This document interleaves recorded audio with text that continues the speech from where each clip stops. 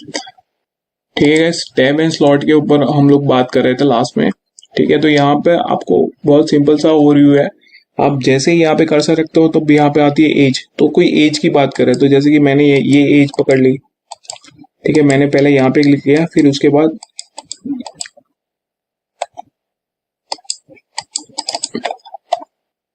1 minute, फिर से आप टैब एंड स्लॉट पे मैं क्लिक कर रहा हूँ। ठीक है, यहाँ पे सबसे पहले ग्रुप आ रहा है।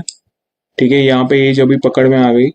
ठीक है, उसके बाद यहाँ पे पॉइंट्स आ गए, यानी ये वाला फर्स्ट पॉइंट है और ये वाला सेकंड पॉइंट है, ये प्री डिफाइंड हो गया पहले से ही। ठीक है, जैसे ही मैंने इसके ऊपर क्लिक किया तो यहाँ से लेके यहाँ तक का पॉइंट पहले से ही अपने आप ही आ गया। ठीक है, मैं यहाँ पे 5 mm की ब्लाइंड लेंथ यहाँ पे दिख रही है कि कितना रखना है। पहले आप यहाँ पे देखो कि कौन कौन सी चीजें हैं। तो टैब्स की बात कर रहे हैं सबसे पहले। ठीक है, तो टैब्स की लेंथ कितनी है, तो 5 mm की लेंथ है, आप यहाँ से बढ़ा सकते हो। उसकी हाइट कितनी रखती है, हाइट होगी वो पीछे की साइड जाएगी। ठीक है, वो जब जनरेट होगा तब आपको पता चलेगा। ठीक है, यहाँ पे मैं 0. ठीक है, ये प्री डिफाइंड वैल्यू है। यहाँ पे कॉर्नर टाइप्स और वो सब चीज है। ठीक है, पहले ये वाला फेज हम यहाँ पे करते हैं।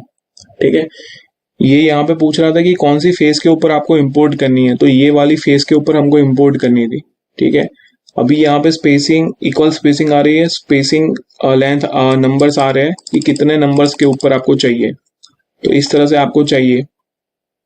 ठीक है, लेंथ की बात करिए तो लेंथ आप यहाँ से इंक्रीज या डिक्रीज कर सकते हैं। जैसे कि मैंने लेंथ यहाँ पे 7 mm कर दी, तो इसकी जो लेंथ है वो यहाँ से बढ़ गई है। ठीक है, 7 mm। ठीक है, एंड इसके टाइप्स कौन से रखना है, तो एक तो ये यहाँ पे चैम्फर वाला है। ठीक है, मेरे को रेडियस वाला चाहिए तो मैं रेडियस वाला रख रहा हूँ, मेरे को स्ट्रेट चाहिए तो मैं स्ट्रेट रख रहा हूँ। ठीक है, ये जो स्लॉट है, ठीक है, उसका जिसके अंदर से कट आउट होता है वो मैं अभी ये जब बन जाता है तब मैं आपको समझा दूं कि इसका क्या मतलब है। 0.1 और यहाँ पे भी 0.1 है। ठीक है, यहाँ पे कॉर्नर के टाइप्स है। ठीक है, कैसे किस टाइप्स के कॉर्नर रखने वो यहाँ पे पूछ रहा है। ठीक है, अब जैसे इसको ओके करते हो, ठीक है, तो यहाँ पे आप यहाँ पे वो लेंथ मेजर करो। ये यहाँ पे अभी आपको दिख रहा होगा, मैं यहाँ पे इस तरह से व्यू में कर देता हूँ। ठीक है, तो यहाँ पे आपको गैप दिख रहा है ये दोनों के बीच में। ठीक है, यहाँ पे गैप दिख रहा है। आप मेजरमेंट करोगे ना तो 0.1 आएगा। जो मैंने बोला था कि 0.1 क्यों आ रहा था, तो ये टैब टैब और स्लॉट। ठीक है, ये जो स्क्वायर यहाँ पे ठीक है, ये सारे स्लॉट्स है, और ये जो प्लेट थी, ठीक है, इस तरह से। तो इसका जो ओवरव्यू होता है, इसीलिए इसको बोलते हैं टैब एंड स्लॉट। ठीक है, तो ये जो 0.1 था वो क्लियरेंस था, तो यहाँ पे वो क्लियरेंस की बात हो रही है। ठीक है,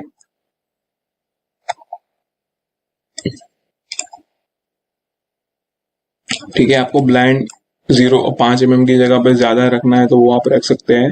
सारी चीजें आप यहाँ से चेंज कर सकते हैं। ठीक है गाइस,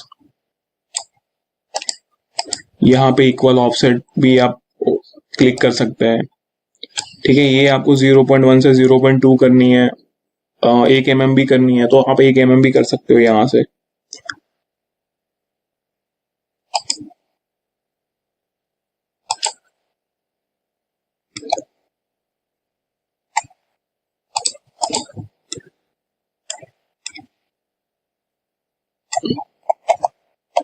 ठीक है, तो आई होप यू गाइस कि आपको अभी कोई कंफ्यूजन नहीं होगा इसके अंदर।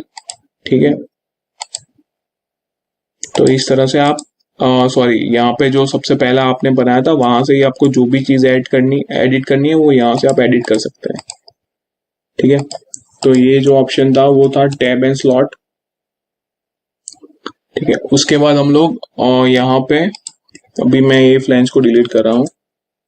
ठीक है, यहाँ पे जो एक्सट्रूड कट है, ठीक है, एक्सट्रूड कट जो सिंपल एक्सट्रूड कट होता है उसी टाइप का एक्सट्रूड कट है, इसमें कोई चेंजेस नहीं है।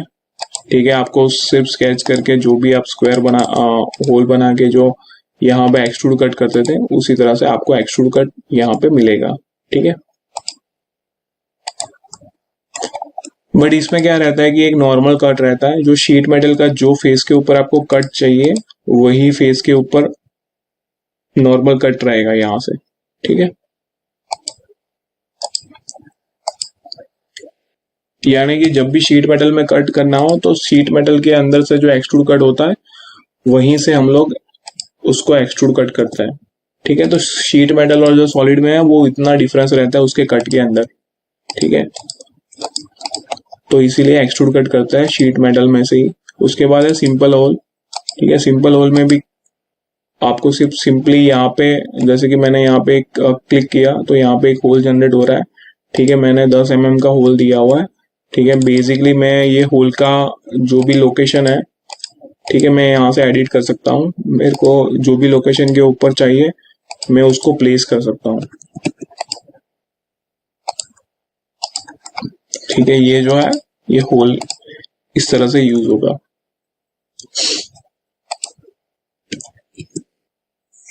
ठीक है, तो ये बहुत एक्सट्रूड कट और सिंपल वाला बहुत ही सिंपल ऑप्शंस है।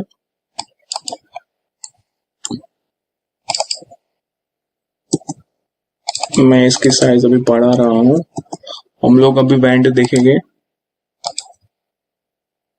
ठीक है, तो मोस्टली जो वेंट का यूज होता है आपने देखा होगा कि जो भी सीपीयूज होता है उसकी जो बॉडी शीट मेटल में से बनती है, तो उसके पीछे जो फैन रहता है उसकी मूवमेंट, एयर मूवमेंट के लिए वेंट का ऑप्शन, यानी कि वेंट होता ही है हर एक जगह पे, हर एक जो कैबिनेट होता है सीपीयू का उसके अंदर।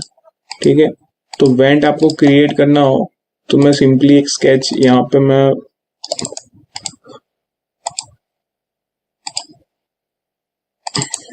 ठीक है, इस तरह से मैं स्केच यहाँ पे बना रहा हूँ। ठीक है, ये सर्कल है, इसका जैसे कि 50 mm डायमीटर है। ठीक है, और मैं यहाँ से ऑफसेट कर रहा हूँ, मैं यहाँ से दूसरा 50 mm ऑफसेट ले रहा हूँ। ठीक है, इस तरह से मैं यहाँ पे, इस तरह से मैं सर्कल्स यहाँ पे जनरेट कर रहा हूँ। ठीक है, जैसे कि मैंने एक थोड़ा सा आपको समझाने के लिए एक वेंट जैसा शेप मैंने अभी यहाँ पे डिफाइन किया है पूरा। ठीक है, अभी मैं यहाँ से, ठीक है, वेंट का ऑप्शन के ऊपर क्लिक करता हूँ। ठीक है, यहाँ पे मेरे को जियोमेट्री की प्रॉपर्टीज पूछ रही है तो मैंने ये वाला फेस किया। ठीक है, यहाँ पे बाउंड्री पूछ रही है तो मैंने एक ये बाउंड्री मेरे को चाहिए, पूरी गोल बाउंड्री। ठीक है, तो उस तरह से मैंने बाउंड्री के ऊपर क्लिक किया। ठीक है, उसके बाद यहाँ पे पूछ रहा है कि रिब। ठीक है, रिब यानी कि जो आप जो कनेक्टेड एलिमेंट्स है उसको यहाँ पे रिब से एनोटेट किया हुआ है। ठीक है, तो जैसे कि मैंने इसके ऊपर क्लिक किया तो ये पूरी एक रिब बन गई। ठीक है, इसकी जो थिकनेस है वो कितनी रखनी है, ठीक है, 10 mm रखनी है, 20 mm रखनी है, 25 mm रखनी है। ठीक है, तो इस तरह से यहाँ पे, जैसे कि यहाँ पे मैंने फिर से क्लिक किया तो यहाँ पे एक दूसरी रिब बन गई, यहाँ पे मैं क्लिक कर रहा हूँ तो यहाँ पे ये रिब बन रही है। ठीक है, इस तरह से ये रिब बन रही है। तो ये पूरा एक जो आपको चाहिए था पूरा बैंड सिस्टम, ठीक है, वो यहाँ पे जनरेट हो रहा है। ठीक है, यहाँ पे एरिया बता रहा है कि भाई फ्लो जो हो रहा है उसका कितना एरिया है स्क्वायर mm के अंदर, ओपन एरिया कितना है, वहां पे ये परसेंटेज बता रहा है कि भाई इतना ओपन एरिया है परसेंटेज के हिसाब से। यानी कि आपके पास क्या है कि आपके पास, यानी कि कोई भी वेंडर हो उसको इस तरह से आपको उन्होंने कॉन्फ़िगरेशन दिया हुआ है, टेक्निकल डेटा उन्होंने दिया हुआ है, तो इसीलिए ये सारी चीजें ध्यान में, यानी कि आप एक बार यहाँ से वेरीफाई कर सकते हो कि भाई मेरे को इतना स्क्वायर एम में एरिया मिल रहा है और इतना ओपन एरिया मिल रहा है। ठीक है,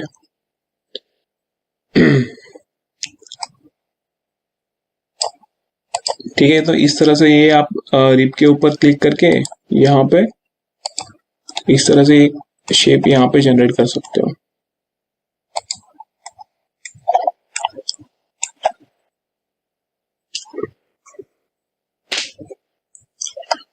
ठीक है गाइस।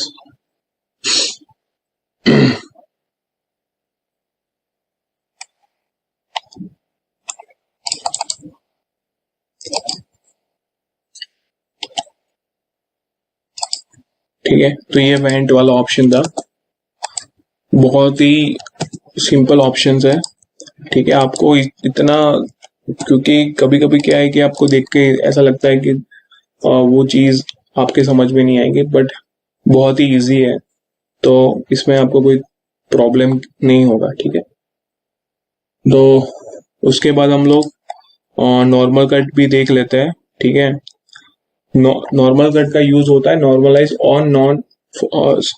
ठीक है, नॉर्मल कट के ऊपर आप क्लिक भी करोगे तो ये जो, चलो नॉर्मल कट है उसके लिए मैं नेक्स्ट लेक्चर में आपको एक्सप्लेन करता हूँ। अभी ये शीट पूरी फ्लैट है, तो मैं आपको फोल्ड और अनफोल्ड के जो ऑप्शंस है वो यहाँ पे बता देता हूँ। ठीक है,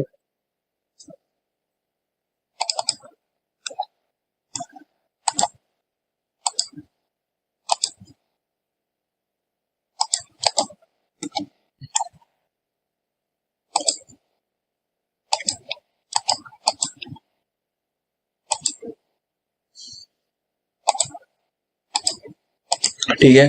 तो अभी आपने देखा कि मैंने ये सिंपली सा मैंने यहाँ पे, पहले तो यहाँ पे मैंने यहाँ पे एक एज ले लिया। ठीक है, एज फ्लेंज 1 लिया है। अभी ये पूरा बैंड हो गया। ठीक है, मेरे को इसको अनफोल्ड करना है। ठीक है, यानी कि ये फोल्ड हो गया है, मेरे को इसको अनफोल्ड करना है। तो इसके लिए मैंने यहाँ पे अनफोल्ड ऑप्शन, चलो मैं फिर से एक बार एक्सप्लेन कर देता हूँ। ठीक है, आपको अनफोल्ड ऑप्शन के ऊपर मैंने क्लिक किया। आपको सबसे पहले ये पूछेगा कि कौन सा फेस है, उसको आपको फिक्स रखना है। तो मेरे को ये वाला फेस है, इसको फिक्स रखना है। ठीक है, उसके बाद यहाँ पे दूसरा ऑप्शन है कलेक्ट ऑल बैंड। तो अभी तो हम लोगों ने सिर्फ एक ही बैंड किया है। ठीक है, आपको ये कलेक्ट ऑल बैंड के ऊपर आप क्लिक करोगे तो इसके अंदर जैसे कि आपने चलो मैं यहाँ पे दूसरी भी एज फ्लेंज यहाँ पे दूसरी भी एज फ्लेंज यहाँ पे कर रहा हूँ। ठीक है, फिर मैं जाके अनफोल्ड कर रहा हूँ, मैंने ये वाला फिक्स ले लिया। मैं यहाँ पे जैसे ही कलेक्ट ऑल बैंड के ऊपर क्लिक करूंगा, ठीक है, और जैसे ही मैं इसको ओके करूंगा, तो ये जो दो फेसेस थी, सॉरी ये जो दो एजेस थी जिसको मैंने फोल्ड किया था वो अनफोल्ड हो गई। ठीक है, तो यहाँ पे आपको इस तरह से दिखेगा। यहाँ पे जो रेडियस बन रही थी उसका लेंथ यहाँ पे दिख रहा है। ठीक है गाइस,